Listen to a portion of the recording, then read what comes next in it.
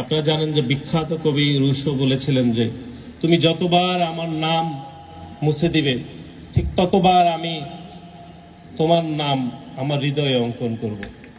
বাংলাদেশ আমার বরুণ বাংলাদেশ। আপনারা অনেকেই আমাকে চিনেন বা অনেকে হয়তো চিনেন না। আমার বাড়ি সুবর্ণচরের এটা বৃহত্তর একসময় চরলক্ষ্মী হিসাবে অনেকে চিনতেন বা বৃহত্তর চরক্লাগ হিসাবে অনেকে চিনতেন। এটি পরবর্তী সময়ে চরক্লাগ দুই ভাগ হয়েছে, বৃহত্তর চরক্লাগ একটা রয়েছে আর একটি 8 নম্বর মোহাম্মদপুর ইউনিয়নের এসাক মনসিরহাট পাশে আমার বাড়ি।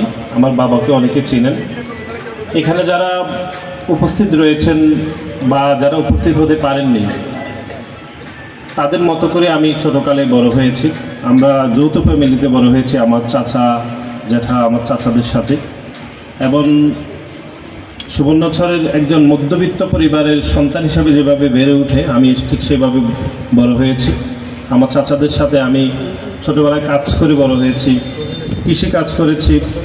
স্কুলে যাওয়ার আগে আমার এখনও মনে আছে আমার চাচাদের সাথে আমরা যে কোনো মুক্তব শেষ করে আমি কাজ করে তারপর স্কুলে গিয়েছি এবং স্কুল থেকে শেষ করে আমি আবার কাজ করেছি। এরকম আমার একদমই সুস্পষ্টভাবে মনে আছে।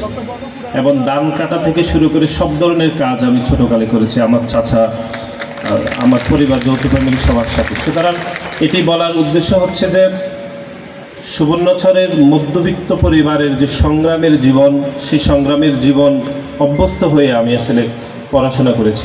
এবং আমার এটি এই জন্যই বলছি যে আমরা একটি সংগ্রামের মধ্যে দিয়ে আসলে বড় হয়েছি। আপনাদের যে সংগ্রাম এবং আমার বেড়ে ওঠার সংগ্রাম একই গল্পে আসলে আবদ্ধ। সুতরাং আপনাদের জীবন, আপনাদের ব্যক্তিত্ব, আপনাদের সংগ্রামের জীবন কোনোভাবে আমি ভুলব না। আমার বন্ধুরা আমাদেরকে এরকম আড্ডার সময় জিজ্ঞেস করতো যে তখন এটি অলরেডি সুবর্ণচর নাম, যে সুবর্ণচর আসলে দেখতে কেমন। এখন অনেকে জিজ্ঞেস করে যে এরকম সন নাকি, মানে এরকম নদী আছে নাকি, যে নদী পার হয়ে সুবর্ণচর যাইতে হয় নাকি, যেরকম বোলা অথবা বরিশাল অথবা পটুয়াখালীতে যেরকম যাই, মানে এরকম কিনা অনেকে আসলে আমাদের কাছে জানতে চায়। তা আমরা আসলে আমাদের সুবর্ণচরটা আসলে ওই রকম না। আপনারা যেরকম ভাবছেন আসলে সুবর্ণচর সেরকম না। সুবর্ণচর নামটা সুবর্ণচর চর করা হয়েছে কারণ এখানে যারা করেছেন তারা আমাদের মঞ্চে উপস্থিত রয়েছেন। এটির এক ধরনের আবহ ঐতিহ্য মিলে আমাদের দলের চেয়ারপারসন দেশনেত্রী বেগম খালেদা নিজে পছন্দ করেছেন। অনেকগুলো নাম ওনার কাছে পাঠানো হয়েছিল, পরে উনি বলেছেন যে যেহেতু নোয়াখালীর সন্তান, উনি বৃহত্তর নোয়াখালীর, উনি নিজে এই নামটি পছন্দ করেছেন। তৎকালীন যারা এই প্রক্রিয়ার সাথে জড়িত ছিল আমাকে সবাই বলেছেন যে আমরা অনেকগুলো নাম ওনার কাছে পাঠিয়েছিলাম, পরে উনি নিজ থেকে নিজ দায়িত্বে নামটি পছন্দ করে তিনি এই উপজেলা করেছিলেন। যিনি এই সুবর্ণচর উপজেলার নামকরণ করেছেন, যিনি নিজে নাম পছন্দ করেছেন, তার নামটি মুছে দেওয়ার অপচেষ্টা হয়েছিল। আপনারা জানেন যে বিখ্যাত কবি রুশো বলেছিলেন যে তুমি যতবার আমার নাম মুছে দিবে ঠিক ততবার আমি তোমার নাম আমার হৃদয়ে অঙ্কন করব।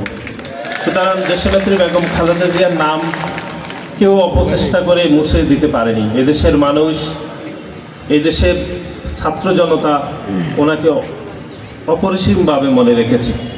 সুতরাং আগামীর যে প্রজন্ম হবে সুবর্ণচরে, প্রতিটি প্রজন্ম শিক্ষিত হতে হবে। এখন ধরুন আমি বাংলাদেশ জাতীয়তাবাদী ছাত্র দলের সাধারণ সম্পাদক হিসেবে আমাকে আমার দল দায়িত্ব দিয়েছে।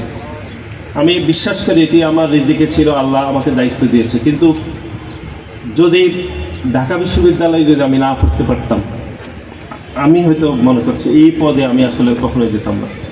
সুতরাং আপনাকে, আপনার সন্তানকে, আপনার ভাইকে অথবা আপনার মেয়ে সন্তানকে যদি আপনি বড় করতে চান, সমাজের সবথেকে ভালো স্তরে যদি নিয়ে যেতে চান, তাহলে আপনার সন্তানকে পড়াশোনা করাতে হবে।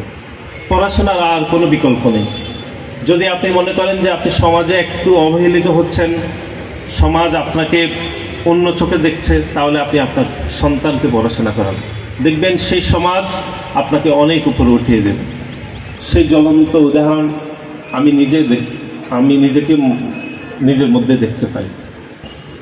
সুতরাং আমাদের সবাইকে, আগামীর যে প্রজন্ম রয়েছে তাদের সবাইকে অবশ্যই ভালো পড়াশোনা করতে হবে। সেটি শুধু ঢাকা বিশ্ববিদ্যালয় নয়, যে কোনো জায়গায় আপনি যদি ভালো পড়াশোনা করতে পারেন তাহলে আপনি ইনশাল্লাহ সফল হবেনই। এখানে এরকম আসাদ ভাই করে দেখিয়েছেন। এর বাইরে আমাদের মঞ্চের এখানে অনেকেই রয়েছেন যাদেরকে আমরা ছোটকাল থেকে ওনাদেরকে দেখে আমরা বড় হয়েছি। বিশেষ করে আমাদের জনাব আব্দুল আলিম বশির ভাই, অনেকেই আপনারা ওনাকে চিনেন, অনেকে চেনেন না, যে তিনি আমাদের এখানে বোর্ড স্ট্যান্ড করেছেন। আমাদের জাকারিয়া ভাইও কিন্তু বোর্ড স্ট্যান্ড করা। আপনারা হয়তো এই প্রজন্মের যারা রয়েছেন তারা বোর্ড স্ট্যান্ড করা এটি হয়তো অনেকের বা আপনারা সাধারণ মনে করছেন, যে অত্যন্ত মেধাবী না হলে কেউ বোর্ড স্ট্যান্ড করতে পারে না।